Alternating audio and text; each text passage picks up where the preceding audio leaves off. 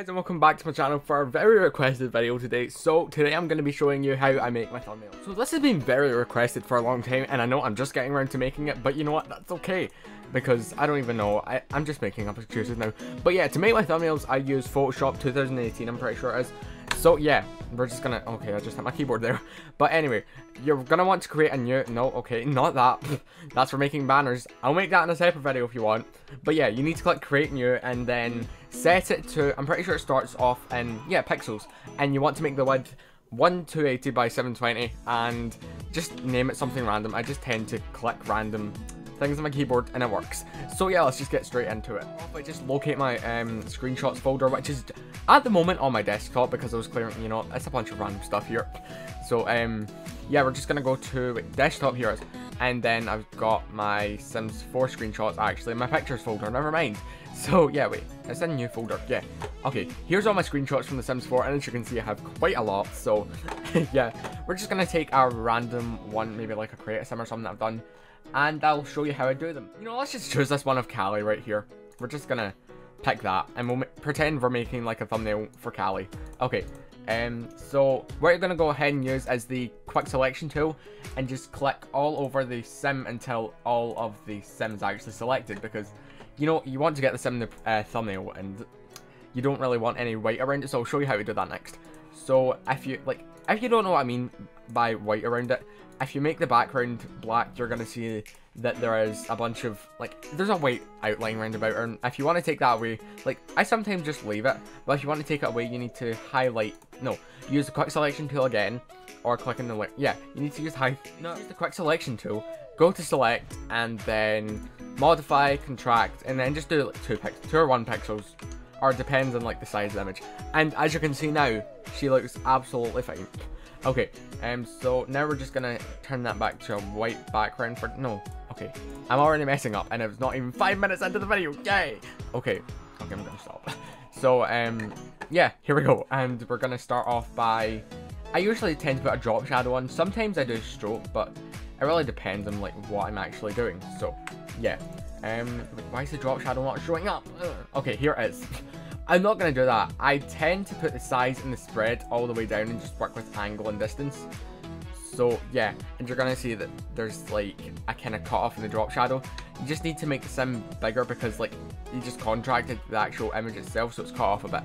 So you need to make the image bigger by clicking shift and then dragging a corner to make it scale up so it doesn't look, see, if I just grabbed the corner and done that, you would see that she either looked like that or that, but you don't really want that. You want the sim to look the way it did like in the screenshot. So let's just go back into the drop shadow menu, just access that by clicking the layer, and then I just mess around with opacity, angle, and the distance. So yeah, we're just gonna quickly mess around with that till I get something I like. So this can take a while sometimes. To be honest, I can either make the thumbnails really quickly or it takes forever. Okay, so now that we're done that, sometimes I'll do this, but I go to the dodge tool here and just zoom in by doing control and click, control and the kind of plus key, and I just highlight some of the areas on the face. Like sometimes I do it, but not all the time. So yeah, I might just highlight the lips like a little bit, just add some highlight to the sim. Make it look a little, okay, maybe I've overdone it just a little bit here. So I'm going to take it away in the lips a little bit, and yeah, just highlight like around about the head, forehead area, sometimes even the hair looks nice, like just to show like certain bits have light shining on the hair, you know what I mean? So yeah, you can do whatever you want. So now that we've got the basis of the sim done, you know, like we've got the picture in, we've got the drop shadow on the back of the sim, we're going to go ahead and select the background. So what we're going to go ahead and do, I tend to use really light colors like around about this area, so we're gonna go for like a kind of blue color, I guess, and we're gonna use the paint bucket tool, which when you open Photoshop you'll see it as the gradient tool, but you just need to right click on it and then you change it to paint bucket tool. So I know it doesn't look really different, but sometimes it will look really different. Okay, if we go for that, for example, you know, we're going to change it just like a little bit. Alright, so I think I'm finally happy with one of the colors, so you can easily change that by going to image and then adjustments, sorry, and you can like change the saturation so it changes, hue changes the color of like the basis color of it, and then saturation makes the color more extreme, like deep color, if you know what I mean. and then you can make it really bright. And the brightness tool is actually going to be used in a couple of minutes, so we'll need to look out for that. But you can also go to brightness and contrast and just make the color look a little bit more bright, like that. So yeah, what we're going to do now is add the straight background effect to the banner. So what you're going to do is get, like, you're going to have to go online and look for a black and white diagonal pattern. Then you're going to click it and drag it into the thumbnail you're making, and then move it to the back of the block color background, I guess. Yeah, that's what I'm going to call it.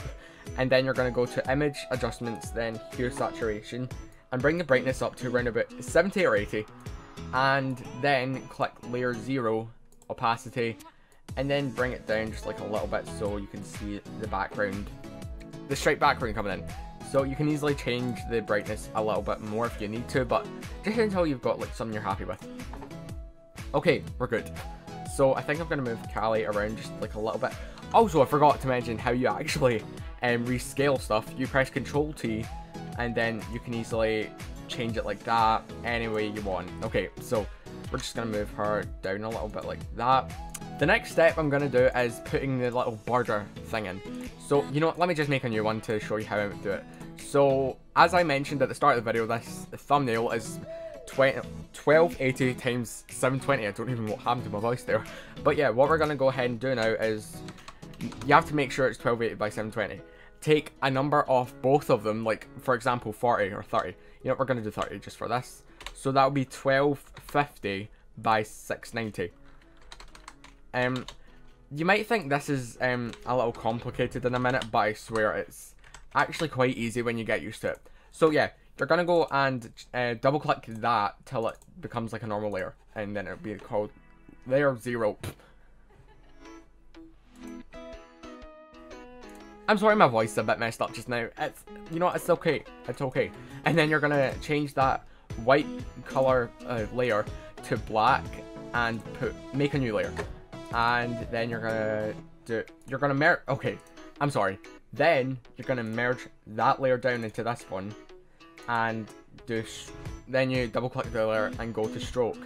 And you're gonna want to make sure the position is in the inside, and then bring down the size to like 7 or something, maybe, to whatever you want, how thick you want the border to be. You know what, you decide how thick you like your borders. Oh, you know what, I need to stop. Someone take this away from me, please. But then you're going to go ahead and make a new layer, bring it below the layer 0, and right click layer 0 and merge it down. So this is just the one layer now. And then right click quick selection tool and change it to magic wand tool. I know, I'm terrible at explaining this, I'm sorry.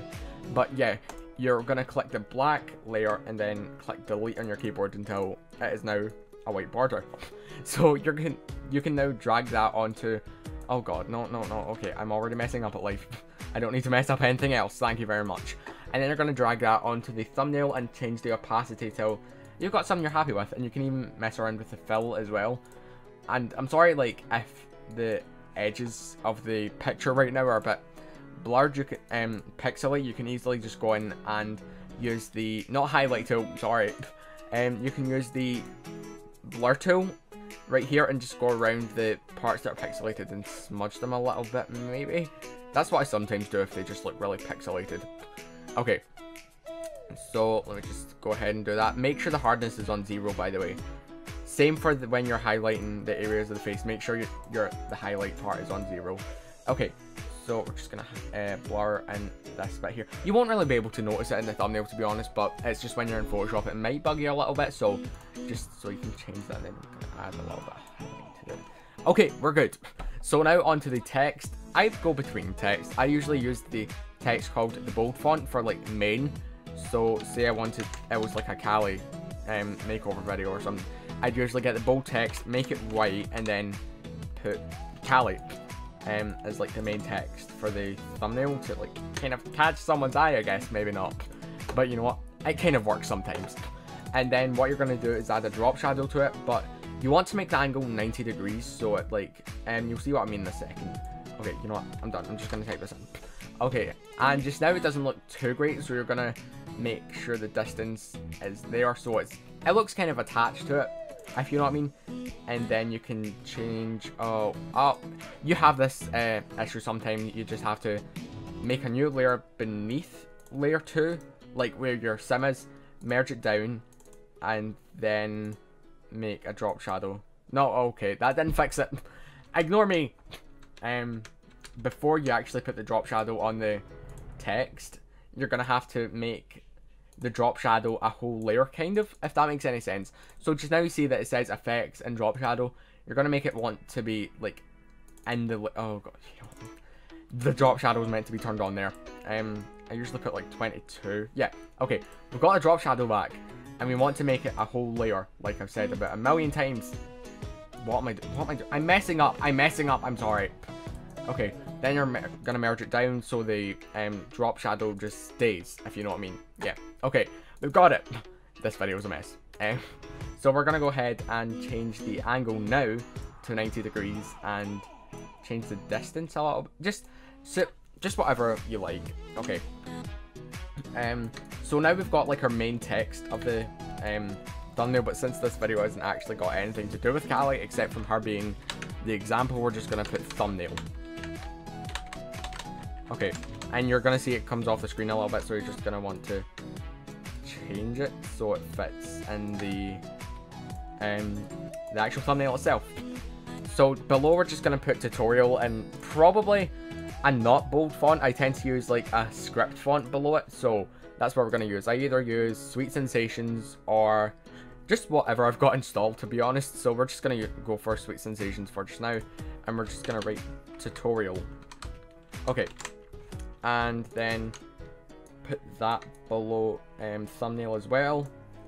Okay, and I'm probably gonna add a drop shadow as well to that, and just change opacity maybe.